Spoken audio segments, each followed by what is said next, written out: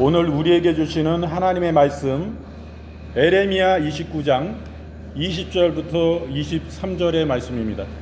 우리가 다 같이 읽겠습니다. 그런즉 내가 예루살렘에서 바벨론으로 보낸 너희 모든 포로여 여호와의 말씀을 들을지어다. 만군의 여호와 이스라엘의 하나님께서 골라야의 아들 아합과 마아스야의 아들 시드기야에 대하여 이와 같이 말씀하시니라. 그들은 내 이름으로 너희에게 거짓 예언한 자라. 보라, 내가 그들을 바벨론 왕 느부갓네살의 손에 넘기리니 그가 너희 눈앞에서 그들을 죽일 것이라. 바벨론에 있는 유다의 모든 포로가 그들의 저주거리로 삼아서 이르기를 여호와께서 너를 바벨론 왕이 불살라 죽인 시드기야와 아합 같게 하시기를 원하노라 하리니 이는 그들이 이스라엘 중에서 어리석게 행하여 그 이웃의 아내와 간음하며 내가 그들에게 명령하지 아니한 거짓을 내 이름으로 말함이라. 나는 알고 있는 자로서 증인이니라. 여호와의 말씀이니라 하시니라. 아멘. 지금 읽으신 에레미야 29장 20절부터 23절의 말씀을 본문으로 거짓 선지자들에 대한 책망이라는 제목으로 이 시간 우리가 함께 은혜를 나누겠습니다. 오늘 본문의 말씀을 보니까 거짓을 예언한 자 이렇게 나옵니다. 이것은 원문으로 한니베임 시케르입니다. 이것은 거짓말, 허위, 속임수를 뜻하는 시케르는 실제상 근거가 없는 거짓된 말이나 행위를 뜻하는데 본문에서 언급된 아합과 시드기야는 예루살렘이 멸망한 것이라는 에레미야의 예언과는 대조적으로 예루살렘의 번영과 평화를 예언하였습니다. 더구나 그들은 자신들의 거짓 예언을 하나님의 이름으로 하는 큰 죄를 행한 것입니다. 또 본문의 말씀을 보니까 저주거리로 삼아서 이렇게 말씀합니다. 이것은 원문으로 칼랄라입니다. 칼랄라. 이것은 사소하다, 하잘 것 없다라는 동사 칼랄에서 유래된 것입니다. 이것은 저주를 뜻하는데 복되고 의로운 상태의 부재와 더 낮은 상태로의 격하를 의미합니다. 또한 복의 부재인 죽음의 상태를 나타내기도 하는데 본문에서는 거짓 선지자 시드기야와 아합의 죽음이 하나의 속담 같은 저주가 될 것이라고 나타내고 있습니다. 즉 하나님의 이름으로 거짓 예언한 두 사람의 죽음이 하나님이 하나의 그런 속담이 되어서 저주할 때 사용되는 말이 된다는 그런 말씀을 하고 계십니다. 또 본문의 말씀 보니까 망령되이 행하여 이렇게 말씀합니다. 이것은 원문으로 아수 네발라입니다. 이것은 무분별하다, 어리석다라는 동사 나발에서 유래된 네발라는 도덕적, 영적 요구에 대한 무시, 경시라는 의미를 가집니다. 본문에서는 시드기야와 아합 두 거짓 선지자가 불살라 죽게 된 원인을 나타내고 있습니다. 이들은 거짓 예언을 통해 백성들을 선동하는 어리석음을 행했던 것입니다. 또 본문을 보니까 증거인이니라 이렇게 말씀합니다. 이것은 원문으로 에드입니다. 증거하다, 경고하다라는 우두에서 유래된 것입니다. 증인이란 어떤 사건에 대한 직접적인 지식을 갖고 있는 사람을 뜻합니다. 본문에서는 하나님은 증거인으로 묘사되고 있습니다. 즉 하나님은 거짓 예언자들의 말과 부도덕한 행동에 대해 이미 알고 계셨으며 이로 인해 그들에게 엄중한 심판을 내리신 것임을 보게 되는 것입니다. 이 말씀이 오늘 말씀이 거짓 선지자들에 대한 책망인 것입니다. 오늘날 우리 세계 가운데서는 수많은 거짓 선지자들이 나와 있습니다. 자기들은 자신을 참 선지자라고 하고 세계적인 예언들을 합니다. 자기 나라도 아닌데 이웃 나라의 전쟁을 예언한다든가 그런 일들이 있습니다. 그러나 그것이 거짓 선지자이기 때문에 다 헛발질하고 헛소문에 불과하고 나중에 몇 월 며칠 날 전쟁이 있다 하지만은 실제적인 전쟁이 일어나지 않습니다. 왜 그렇습니까? 거짓 선지자이기 때문인 것입니다. 하나님의 참 선지자는 하나님의 말씀을 그대로 증거합니다. 하나님의 뜻을 그분이 행하실 일들에 대해서 말씀해 주신 것입니다. 그것을 대비해서 회개케 하시기도 합니다. 그런 어려움을 있을 때에 피할 길도 주신 것입니다. 그런데 거짓 선지자들이 말이 맞지가 않습니다. 하나님은요, 말씀하신 그대로를 선지자를 통해서 말씀하실 때 그대로 토시 하나 틀림없이 반드시 이루시고 성취하신 것이 하나님이신 것입니다. 그런데 오늘 본문의 말씀을 보면은 이들이 거짓 선지자들이 그 거룩하신 하나님의 이름을 가지고 하나님의 이름을 빙자하여 이런 거짓 예언을 했음을 보게 된 것입니다. 우리 옛날에 그렇습니다. 저희 부모님 세대, 저희 할아버지, 할머니 세대만 해도 아주 옛날 시대입니다. 그 당시에는 그 동네에 아주 유력가인 어린아이와 같은 이름이 있으면은 그 어른의 이름을 함부로 막 부를 수가 없는 것입니다. 그래서 그 어린아이가 같은 이름이라 별명을 지어줘요. 다른 이름을 지어줘서 다른 이름을 부르게 하는 것입니다. 경망스럽게 막 부를 수가 없어요. 그러면 그분의 이름이 먹칠이 되지 않습니까? 하찮게 여기지 않습니까? 그렇기 때문에 우리 인간 세상에서 그러할진데 예전에는 그 하나님의 거룩하신 여호와 하나님 이렇게 부를 수가 없었어요. 그것은 큰일 나는 것입니다. 이스라엘 사람들이 여호와 하나님이라 부르지 못했습니다. 그 이름을. 그렇게 높고 존귀하신 분이에요. 하나님은. 그렇기 때문에 하나님도 별명을 지어가지고 하나님의 이름을 불렀어요. 그때 지금 이 보는데 말씀을 이 거짓 선지자들이 그 거룩하신 하나님의 이름을 빙자하여 거짓 예언을 했던 것을 보게 됩니다. 그럴 때 어떤 일들이 일어나는지 오늘 본문을 말씀을 통해서 보지 않습니까?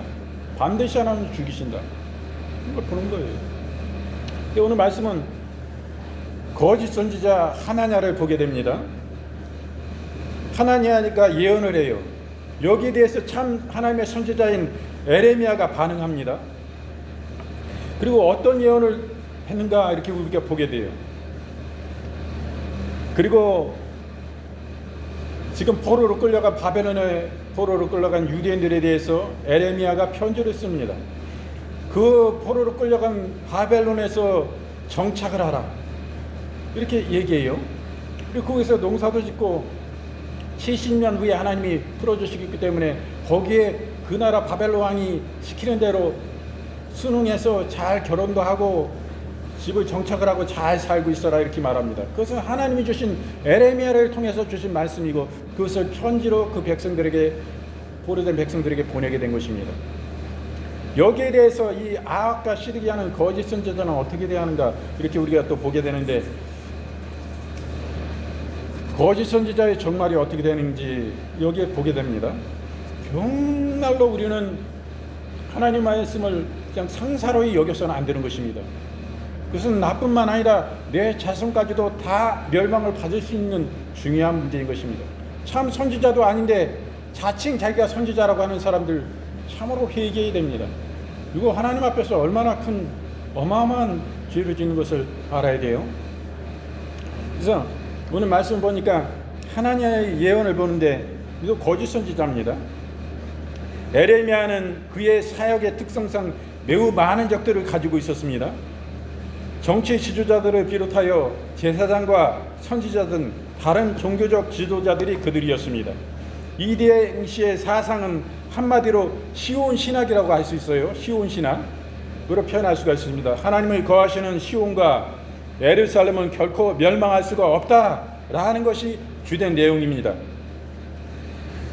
그래서 많은 선지자들이 평강을 외쳤고 거짓 선지자인 하나냐는 역시 그도 같은 맥락에서 예언했습니다.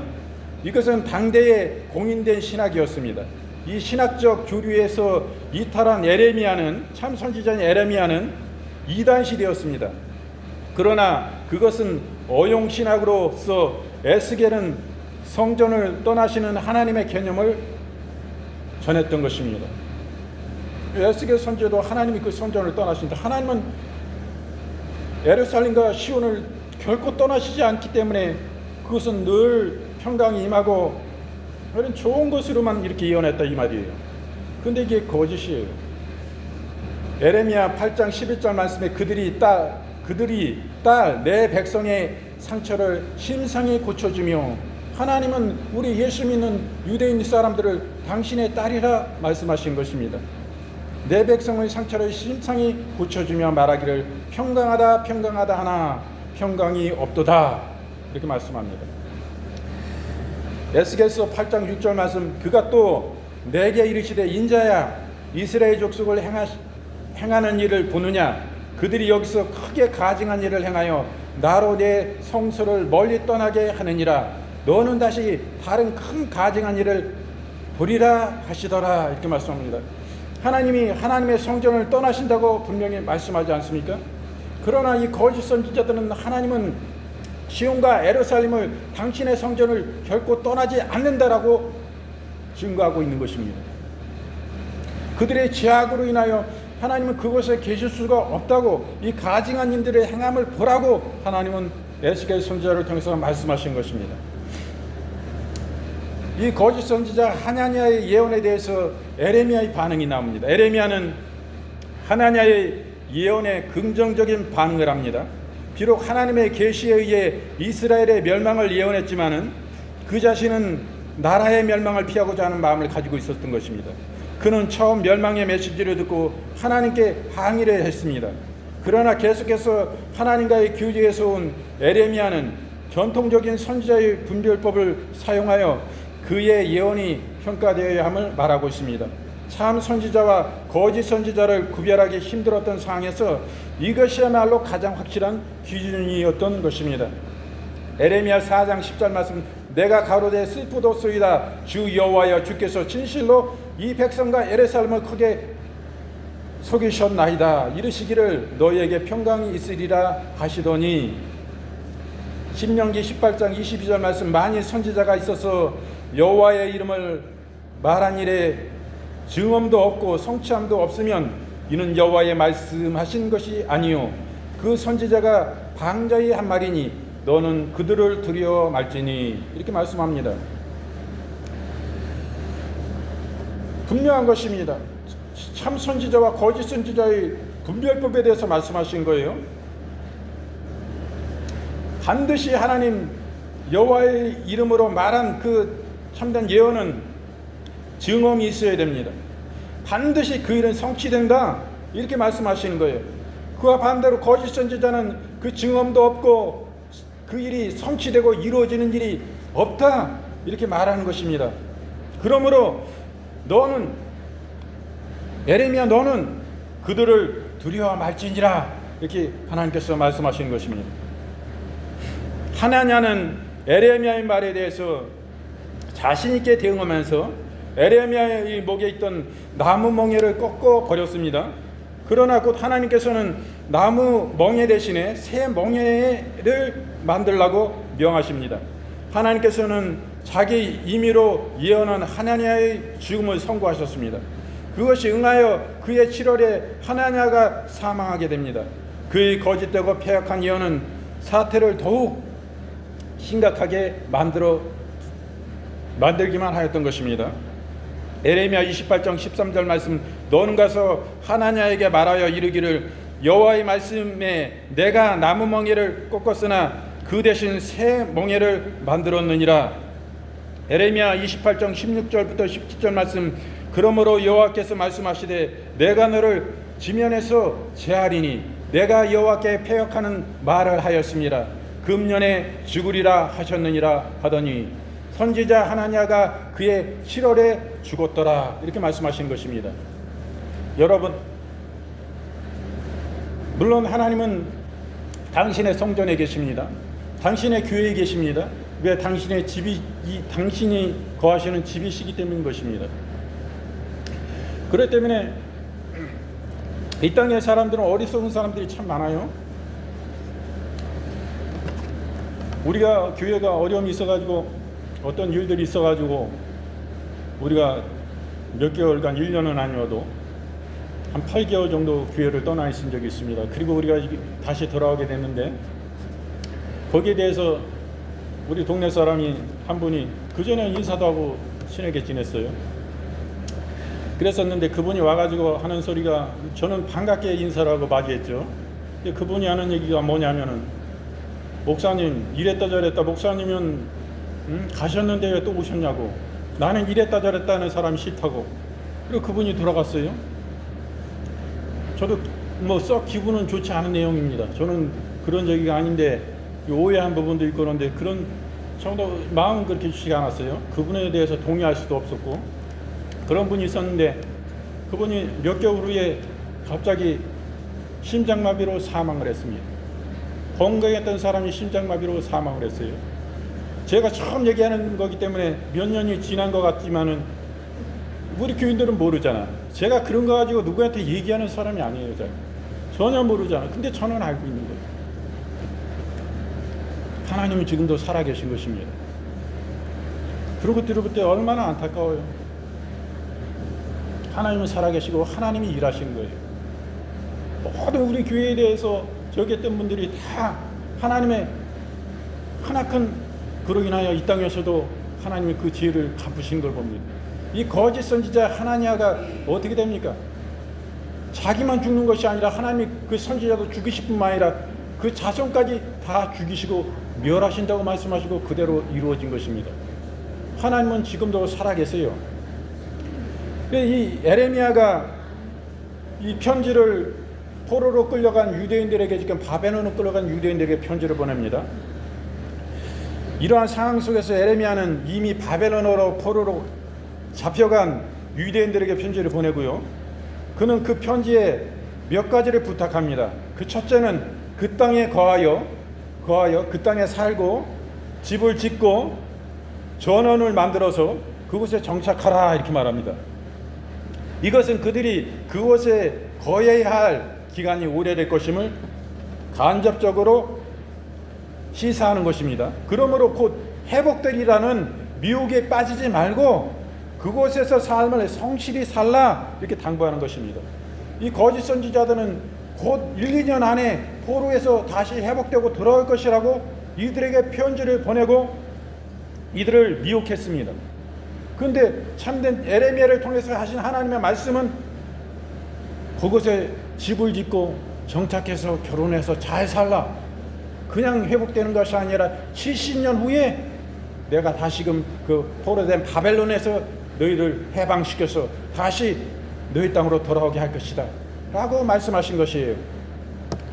그래서 그들은 그곳에서 결혼하고 사업을 하면서 번성했습니다. 그리고 그들이 거하는 성이 평안하기를 위해서 기도했어요. 에레미야 29장 1절 말씀에 선지자 에레미야가 예루살렘에서 이 같은 편지를 느부갓네살이 예루살렘에서 바벨론으로 옮겨간 포로 중 남아있는 장로들과 제사장들과 선지자들과 모든 백성에 보내었는데 에레미야 29장 5절부터 6절 말씀 너희는 집을 짓고 거기 거하며 전원을 만들고 그 열매를 먹으라. 아내를 취하여 자녀를 생산하며 너희의 아들로 아내를 취하며 이렇게 말씀합니다. 거기서 잘 정착하라고 이렇게 부탁의 편지를 보내는 거예요. 하나님의 참 선지자를 통해서 이러한 중요한 것을 얘기하는 것입니다. 곧 거기서 풀려나서 해방될 거로 알면은 정착할 생각도 없습니다. 뭐 사업을 벌여가지고 뭐 생산해가지고 열심히 살겠다는 계획도 없습니다. 뭐 허롱방탕하게 살다가 다 그 인생이 어찌 되겠어요? 거짓 선지자의 예언을 믿으면 그렇게 될 수밖에 없지만은 참 선지자를 통해서 하나님은 그렇게 말씀해 주신 것입니다. 여기 또 거짓 선지자 아합과 시드기야가 나옵니다. 바벨론 땅에서도 유대인들을 미혹하는 거짓 선지자들이 있었습니다. 지금도 마찬가지예요. 그들은 아합과 시드기야였습니다. 이들은 하나님께서 명하시지도 않은 말씀을 하나님의 말씀이라고 하면서 거짓 예언을 하였습니다. 아마도 그것은 곧 회복될 것이라는 예언일 것입니다. 그러나 에레미야는 그러한 거짓된 예언에 마음 쓰지 말라고 부탁합니다. 그것은 사실이 아니며 전혀 유익을 주지 못하기 때문입니다. 그들은 또한 음행과 거짓말 등의 악한 행실을 자행했습니다. 그들의 그런 모습은 거짓 선지자의 전형이었습니다. 그러므로 하나님께서는 이들로 벌하게 하셔서 죽게 하신 것입니다. 에레미야 29장 8절 말씀 만군의 여호와 이스라엘의 하나님이 이같이 말하노라 너희 중 선지자들에게와 복술에게 혹하지 말며 너희가 꿈도 신청하지 말라. 마태복음 7장 15절 말씀 거짓 선지자들을 삼가라. 양의 옷을 입고 너희에게 나오나 속에는 노략질하는 일이라. 이렇게 말씀합니다. 에레미야는 세 번째로 포로에서의 회복에 대하여 언급합니다. 그것은 70년이 차면 다시 본토로 돌아올 수 있게 하신다는 것이었습니다. 비록 거짓 선지자들이 예언이나 일반적인 생각처럼 단기간 안에 회복되지 않을 것이지만은 하나님은 반드시 그들을 회복시킬 것입니다. 그러면서 그들을 향한 하나님의 생각은 재앙이 아니라 평안과 소망임을 분명히 밝혀주고 있는 것입니다. 에레미야 29장 10절 말씀, 나 여호와가 이같이 말하노라. 바벨론에서 70년이 차면 내가 너희를 권고하고 나의 선한 말을 너희에게 실행하여 너희를 이곳으로 돌아오게 하리라. 에레미야 29장 11절 말씀, 나 여호와가 말하노라. 너희를 향한 나의 생각은 내가 아니니 재앙이 아니라 곧 평안이요 너희 장래에 소망을 주려 하는 생각이라. 이렇게 말씀합니다. 우리가 이 거짓 선지자 스마야를 봅니다마는 하나냐가 거짓 예언을 하였고 아합과 시드기야 역시 그렇게 하여 하나님의 형벌로 죽음을 당했습니다. 거짓 선지자는 계속해서 나타났습니다. 이번에는 느알렘 사람 스마야가 에레미야를 대적하고 일어났습니다. 그는 예루살렘의 백성들과 제사장들에게 편지를 보내어 왜 거짓 선지자인 에레미야를 그냥 놓아두고 두냐고 책망을 합니다. 그는 에레미야가 자칭 선지자라고 하면서 그의 예언은 거짓이며 그를 책망해야 한다고 강력히 주장했습니다. 에레미야 29장 25절 말씀, 하나님이 이같이 말씀하여 가라사대 내가 내 이름으로 예루살렘에 있는 모든 백성과 제사장 마아세야의 아들 스바냐와 모든 제사장들에게 그를 보내어 이르기를. 에레미야 29장 27절 말씀, 이제 내가 어찌하여 너희 중에 자칭 선지자라 하는 아나돗 사람 에레미야를 책망하지 아니하느냐. 이렇게 오히려 거짓 선지자가 자기는 참 선지자인데 에레미야 선지자를 자칭 선지자요 거짓 선지자라고 이렇게 편지를 보냅니다. 하나님은 이런 스마야의 악행을 그냥 두지 않으십니다. 하나님은 먼저 스마야가 하나님의 보냄을 받은 자가 아님을 지적하십니다. 하나님께서는 그에게 말씀하시지도 보내시지도 않으셨지만은 그는 하나님의 말씀을 들었고 하나님의 보내심을 받은 듯이 말하고 행동했습니다. 이것은 모두 거짓 선지자들의 공통된 특징이기도 한 것입니다. 그들은 하나님의 말씀과 무관하게 사람들이 듣기를 원하는 바를 하나님의 말씀이라고 예언하여 이득을 얻고자 합니다. 에레미야 29장 32절 말씀, 너는 모든 포로에게 그를 보내어 이르기를 여호와께서 느알렘 사람 스마야에 대하여 이같이 말씀하시되 내가 스마야를 보내지 아니하였거늘 그가 너희에게 예언하고 너희로 거짓을 믿게 하였도다. 이렇게 말씀합니다. 하나님은 반드시 거짓 선지자에 대한 형벌을 내리시는 것입니다. 하나님께서는 스마야가 거짓 선지자임을 선언하시고 나서 그에 대한 형벌을 선언하십니다. 스마야를 비롯하여 그의 자손은 모두 멸망당할 것입니다.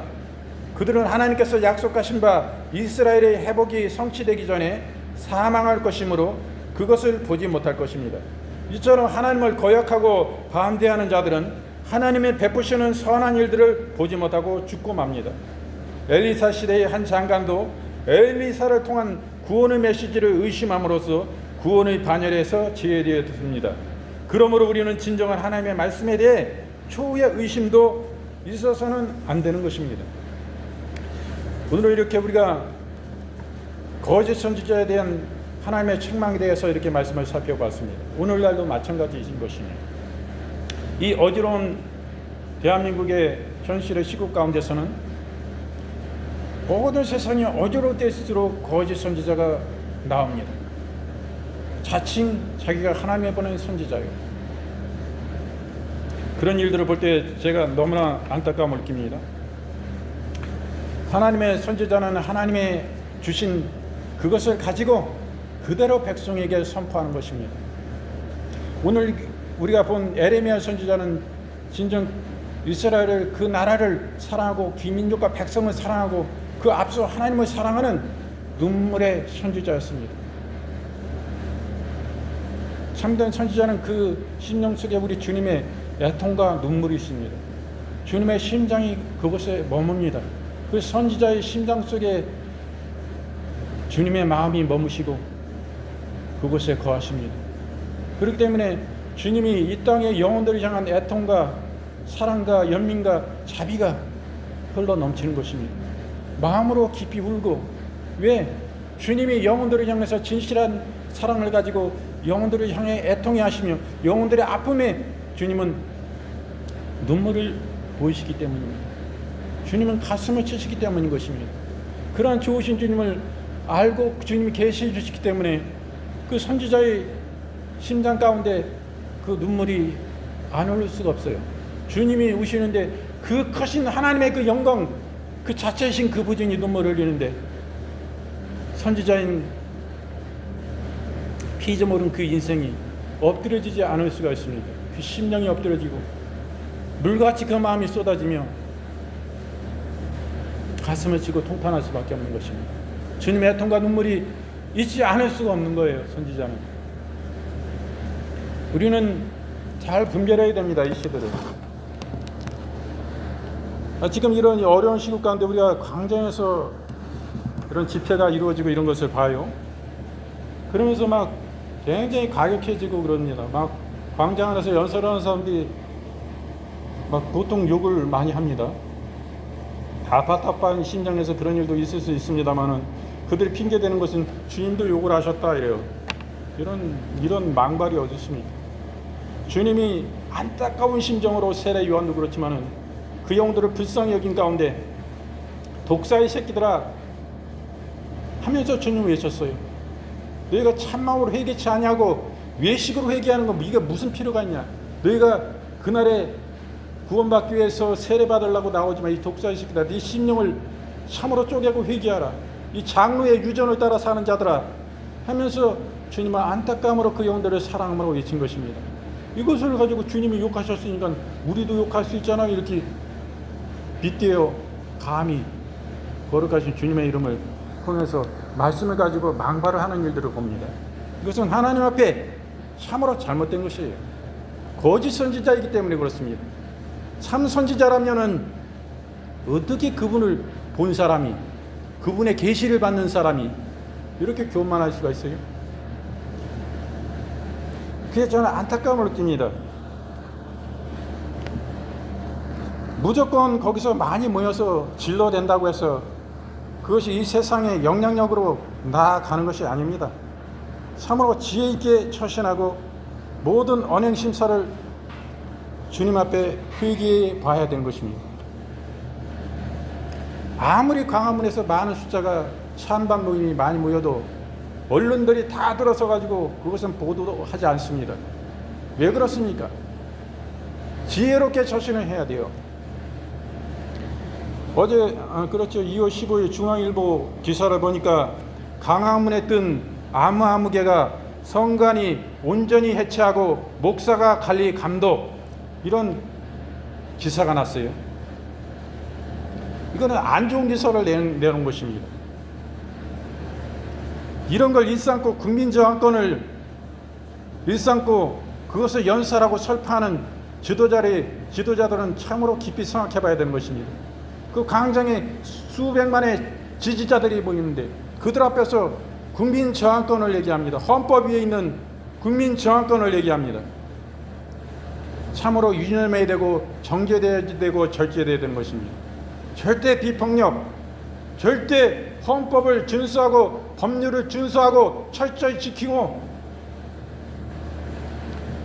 그런 것 우리가 그를 넘어서 성결함 누가 우리의 연설을 들어도 나의 반대 지지자들도 이해할 수 있는 충분히 그런 동의할 수 있는 그런 연설을 해야 됩니다.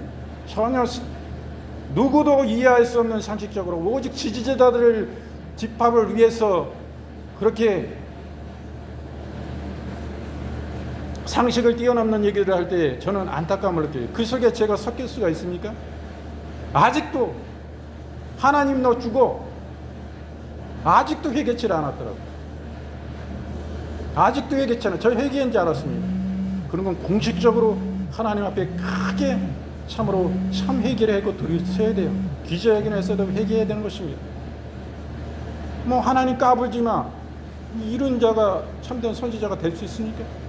소경이요, 기머거리요. 그거는 당신이 하나님을 봤다면은 당신의 교만의 돌덩어리 같은 당신의 심령이 물과 같이 쏟아져 내릴 수밖에 없는 것입니다. 경선으로 당신은 깨지고, 나는 존볼래만도 못한 인생이고 이 광장의 애국 시민들의 그들의 발바닥에 떼만도 못한 인간인데 내가 감히 교만하게 선지자라고 써서 자칭 선지자 노릇했구나. 하나님 앞에 진실로 회개하고 돌아서야 돼요. 안 그러면 하나님 가만 안 두시는 것입니다. 우리가 보지만은 하나님의 역사를 이루시기 위해서 하나님은 적장인 바벨론의 느부갓네살을 통해서도 이스라엘을 멸망케 하고 패망케 해서 회개케 하신 거예요. 적장도 쓰시는 것입니다. 적의 왕도 그들을 온 세계를 제패하는 제왕으로 하나님은 세우셔서 하나님은 그 뜻을 나타내신 거예요. 결국에 하나님은 그가 회개하고 온전히 하나님께 돌아서자니까 나중에 그 목도 쳐버리지만은 하나님은 때로는 쓰시는 것입니다. 지금은 그 사람을 쓰실 수 있어요. 하나님은. 그러나 하나님께 나중에 버림을 받는다면 그보다 안타까운 일이 어디 있겠습니까? 우리 국민저항권 이렇게 말을 많이 하는데 이 저항권이란 무엇입니까? 저항권이란 국가 권력에 의하여 헌법의 기본 원리에 대한 중대한 침해가 행하여지고 그 침해가 헌법의 존재 자체를 부인하는 것으로서 다른 합법적인 구제 수단으로서는 목적을 달성할 수 없을 때에 마지막 헌법 보호 수단이자 기본권 보장의 최후 수단으로서 국민이 자기의 권리, 자유를 지키기 위하여 실력으로 저항하는 권리이다. 이렇게 정의되어 있습니다. 그러면은 아무 때나 이 저항권을 사용할 수가 있습니까? 전혀 아니에요. 이 쓸 수 있는 상황의 요건은 무엇입니까? 이 행사 요건은 무엇입니까? 이 중요한 건 이거예요. 헌법이나 법률에 유효한 법적 구제 수단이 없을 때에만 마지막 수단으로서 행사해야 된다. 수단으로서의 필요 사항이나 여건상 이 마지막 수단으로서의 저항권 발동은 거의 대부분 무력을 동반하게 된다. 이 수많은 제약들로 인하여 저항권을 발동하는 국민 입장에선 국가가 총을 그 시위대에 대해서 총을 이렇게 말하는 거예요. 그것도 공의를 당기고 그 총의 공의를 당기고 자신들을 향하여 겨눈 방아쇠를 당기려 하는 총으로 몰살하고자 하는 국가 권력이 그 시위를 향해서 그럴 때에 바로 국민저항권 발동이 되는 것입니다. 이러한 수준까지 이르러야지만이 국민저항권이 발생이 되는 거예요. 그래서 4.19 혁명을 또 막 얘기합니다. 그 4.19 혁명으로 국민저항권으로 뭘 이루려 하자 이렇게 얘기들 해요. 그거 되는 얘기입니까? 그때는 국가 권력이 경찰이 쏜 체류탄이 고등학교 밖에 되는 아이의 눈에 박힌 채로 물에 수장되어 있는 애가 떠올라가지고 그 아이를 발견했습니다. 체류탄이 그 눈에 박혀서 물에 갔다가 어떻게 떠 있었더니 어떤 상황에서든지 그가 그런 가운데 죽음을 당했어요. 그래가지고 막 들고 일어난 거예요. 그런 일들이 뭐 시위가 일어났다고 해서 뭔 일이 있었던 것이 아닙니다. 그럴 때 국민저항권이 행사할 수 있는 거예요. 이것도 어떤 그런 우리의 지금 민주주의 체제를 전복해서 공산주의나 이런 체제로 가고자 할 때는 그 국민저항권이 불법이고 허락이 되지 않는 것입니다. 그러한 가운데서 이승만 대통령이 결국엔 당신이 거기서 승복하셨기 때문에 가는 것이지, 만약에 이승만 대통령이 경찰들이 사람을 막 쏴 죽여서 16명인가 죽었는데 그때 대통령이 승복 안 하고 무력으로 진압해 저 붉은 선동하는 자들이야 해가지고 했으면 이루어집니까? 안 되는 거예요. 지금 수많은 사람들이 모여서 국민 저항권을 얘기하지만은 국가가 손을 들어야 돼요. 알았다, 우리가 항복한다. 이럴 때 국민저항권의 혁명이 완성이 되는 것이지, 그렇지 않은 가운데서 헌법과 법률을 어기면서 뭐가 이루어진다고요? 그 수많은 지지자들은 그 앞에서 지도하는 선지자라는 지도자가 역량이 굉장히 강합니다. 나는 안 했어. 내가 시켰어? 그 서부지법에 들어가라고 내가 시켰냐고. 안 그랬다고 그러지만 그런 연설할 때마다 국민 저항권을 얘기했습니다. 잘못된 저항권을 얘기했고 그 옆에 그들이 얘기하는 최고의 한국의 헌법 학자라는 자가 법률에 해박한 이 교수가 얘기해 줬습니다. 국민 저항권에 대해서 얘기해 줬어요. 이것은요 충분한 오해를 살 수가 있는 것입니다. 그 지지자들에게는 이것이 얼마나 큰 실수예요. 그러면 지도자들은 정제되고 절제력이 있어야 되는 거예요. 아무리 그런 많은 사람이 집회에 가지고 그렇게 막 얘기하면 안 됩니다. 그러면 그 지지자들은 그렇게 하면 어떻게 행동하겠어요? 굉장히 절제된 언어로 구사해야 됩니다. 그 구호를 구사해야 됩니다. 우리가 열 손가락이라고 생각을 하면 그 영향력이 지도자들이 그 연사들이 총 10손가락이다. 그러면은 3손가락만 하면은 그 지지하는 사람들에게는 5손가락, 6손가락의 그런 것이 나타나는 거예요. 그들에게 주어지는, 그들에게 다가가는 것은 그와 같은 영향력이 가해지는 것입니다.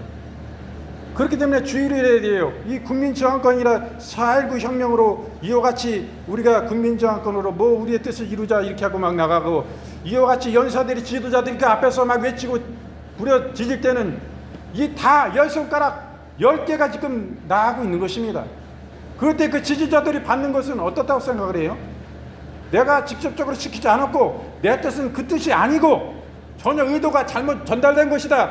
하지만 그 서부지법에 들어간 그 청년들 중에는 국민저항권이다 이런 사람들이 분명히 있단 말이에요. 그 100명인지 뭐 100명이 덜 되는지 66명이 결과적으로 뭐 70명째 이렇게 지금 구속이 된 것 같은데 그 사람들 이권된 사람들 안 들어가 있지만 이권된 사람들 그냥 풀려났지만 이권이 돼 있어요. 100명이 넘는단 말이에요. 그들서 그냥 국민저항권이라고 얘기하는 사람이 있어요. 지금 제가 돌려드렸지만 국민저항권이 행사될 수 있는 상황입니까? 국가가 나를 향해서 총을 방아쇠로 당겨서 날 죽이려고 그럴 때 그때 국민저항권이 무력으로라도 진압을 할 수가 있는 것입니다. 그게 아니잖아요. 국가기관을 뛰어넘어가지고 나는 책임 전혀 없다. 내가 시킨 바도 없고 이렇게 변명만 할 수가 있습니까? 참된 하나님의 사람이고 지도자면은 책임을 통감하고 절대적으로 이런 일이 일어나서 안 된다. 내가 가격했다. 내가 잘못했다.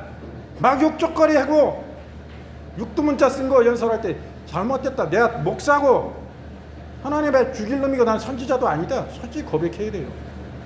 누구 욕 못합니까? 강대선 목사님 욕 못하는 사람 어디 있어요? 다 해. 근데 주님을 더 특별히 만나고 깊이 만나면 그것이 철저히 회개되는 거고 이건 육성에서 나온 것이지 성령으로부터 나온 게 아니에요. 마귀가 주는 것이지 성령으로부터 나온 게 절대 아닙니다. 주님과 더 깊이 만나고 알게 되고 그분 앞에 깊이 말씀 안에 기도하며 나아갈수록 더 겸손해지고 나는 죽고 내 교만한 물같이 쏟아지고 겸손히 바닥에 딱 엎드려지는 거예요. 그 영광의 크신 주님을 못 봤기 때문에 거짓 선지자이기 때문에 그렇게 날뛰고 난동을 부리는 것입니다. 철저히 회개해야 되고 나의 지지 세력과 전혀 반대되는 사람들까지도 내 연설을 들으면 그들도 감동되고 도움이 되고 찬성해서 한 번 들으면 몰랐지만 10번, 수십 번 들으면 이들도 감동돼가지고 같은 생각으로 지지할 수 있는 이런 진짜 사람들이 나와야 되는 거예요. 인도의 간디 같은 무폭력 운동한 사람 보세요. 그들도 그 영국의 지배를 받고 식민지로 오랫동안 있었지만은 그 영국의 군인들에 대해서 그들이 갈 때 니들이 믿는 하나님은 두고 가라고 그러잖아. 하나님은 좋으신 하나님인데 그 믿는다는 사람들의 삶은 전혀 주님과는 딴판이요. 지금요 강화문에서 찬반 반대 집회 탄핵 반대 집회 하는데 300만이 모여도 무슨 소용이 있습니까? 모든 언론들이 그거 보도 안 합니다. 왜 안 해요? 그 또는 다른 찬반 집회는 세이브 칠드런, 세이브 코리아? 그쪽 뭐 대구, 어저께는 광주 집회였는데 거기 보도하잖아. 거기는 막 모여서 기도하고 다 거기다 기독교인이에요. 말씀 전하고 막 기도하는 그런 집회고 이러다 보니까 여기는 건전한 집회라고 생각하는 거예요. 거기는 보도해도 여기는 뭔가 잔뜩에 치우쳐 있는 이런 모습을 볼 때 보도 일절 안 해요. 뭐 언론에 대해서 나쁘게 보도하면 뭐 니네 당장 안 나가. 여기서 언론사들 당장 나가. 막 욕을 해버리고 그렇게 해가지고 뭡니까 이게. 이제 아무런 모여서 물론 직결력은 있는지 몰라도 보도가 안 되니까 영향력이 그만큼 확 반감돼 버린 거예요. 그러니까 이제 저쪽하고 같이 보야 돼. 3.1절 날은 그쪽에 영향력 있고 그쪽 보도가 되니까 좀 시석하려고 그런 뜻이 있는 것 같은데 참으로 회개하고 돌아서야 됩니다. 당신 자신들의 욕심을 채우기 위해서 그 강정의 지지자들을, 애국 시민들을 이용한다면 그 하나님 앞에 하나님이 가만두시지 않습니다. 가만두시지 않아요. 하나님을 두려워해야 돼요. 진짜로. 제가 진짜 안타까움을 느낍니다. 주님 안에서 자기 십자가 지고 자기 부인하고 죽어야 됩니다. 철저히 죽어야 돼요. 그래서 진정한 지도자가, 그 광장의 아스팔트 지도자가 이 나라와 민족을 위해서 애통하는 마음을 가지고 말이요, 진짜 반대 사람들을 향해서 그 영혼을 절대 국률의 사랑으로, 응? 사랑하고, 내가 뭐 그들이 반대적이 하지만 그들도 진짜 그 영혼은 불쌍하잖아요. 그 죄는 미워도 사람 미워하면 안 됩니다. 그 영혼 하나님의 형상으로 창조된 하나님의 형상이에요.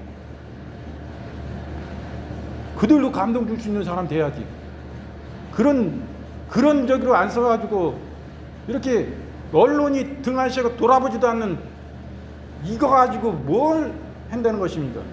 진짜 지혜가 있어야 되고 덕장이 있어야 되고 지혜가 있는 사람이 돼야 돼요. 그래가지고 이것을 어떻게 이끌고 가냐 이거야. 앞으로 이 외골수로 이렇게 나아가면 안 되는 것이에요. 아무런 세상에 영향력도 없어요. 빛과 소금에 대해서 말씀하시면은 빛이 잃어가고 있고 소금이 그 맛을, 짠맛을 잃어가고 자신들만의 그 지폐지 누가 거기에 돌아봅니까? 지혜롭게 행동을 해도 언론사 막 잡아 죽이는 이런 소리 하면 안 됩니다. 오히려 그들 다독거려가지고 보도하고 그 영향력을 나타낼 수 있게끔 그런 뭔가를 갖춰 나가야지. 중구난방이에요. 지도자들만 자기 막 생각나는 대로 막 혈기로 하는 거예요. 그거는 이런 걸 볼 때 안타까움을 느끼는데 이 국민주권도 잘못된 것입니다. 잘못된 거예요. 이 지도자들이 알면서도 이거 이용해 먹으면 안 됩니다. 그 헌법학자는 왜 옆구리에 맨날 끼고 다닙니까? 그 헌법학자가 다 알 텐데 이거에 대해서 직언을 하고 잘못되고 있는 것입니다. 거기 오히려 회개하는 사람은 절대 없고 이것을 막 그냥 감추려고 그러고 포장하려고 그러고 우리가 잘났는데 저쪽이 잘못했어. 이런 식으로만 계속 나가고 있어요. 그럴 때 안타까움을 느끼는데 왜 모든 기독교의 목사님들이 거기서 찬송하고 함께 나갈 수 없습니까? 이러니까 함께 할 수가 없는 거예요. 그 한통속이 돼버리는데 거기 나가면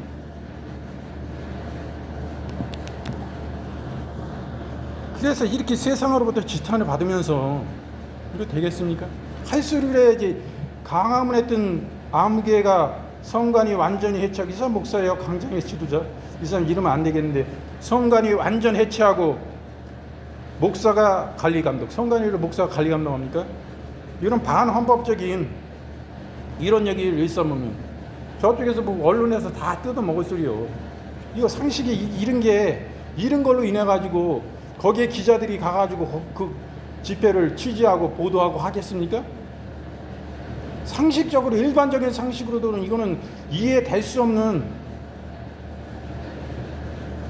우리가 법률에 안에 있는 사람들인지 대한민국 헌법 안에 전혀 바깥의 사람들이잖아요. 지금 이런 기사가 이런 식으로 계속 나가면 어떻게 거기에 협력하고 함께 할 수가 있어요? 함께 할 수가 없습니다. 아직도 회개치 않고 하나님 꼼짝마 이런, 그러니까 거기 함께 했던 목사님들 나가고 사입이 이단이 저 인간 잘못됐느니 이런 소리 한 거 아니요? 대놓고? 응? 그래도 회개치 않아. 오히려 니들이 더 잘못한 거야. 이들이 이래고 있더라고. 저는 그 양반이 회개있는 줄 알았는데 아직 회개치도 않고 이러다가 지 권력을 뭐 더 저기 해주면은 어떤 식으로 나갈지 모르지만은 결과적으로 보세요. 오늘 말씀을 보니까 하나님 가만두시지 않잖아. 하나님의 거룩한 이름을 팔아가지고 이런 나쁜 짓 하면 하나님은 어떻게 결단을 내시는지 보셨죠? 완전 멸망이요. 자기뿐만 아니라. 하나님의 두려움으로 우리가 서 있어야 됩니다. 그래서 오늘은 이 시국에 대해서, 그리고 이 집회가 이런 식으로 나가면 잘못된다는 거 제가 분명히 말씀을 드립니다.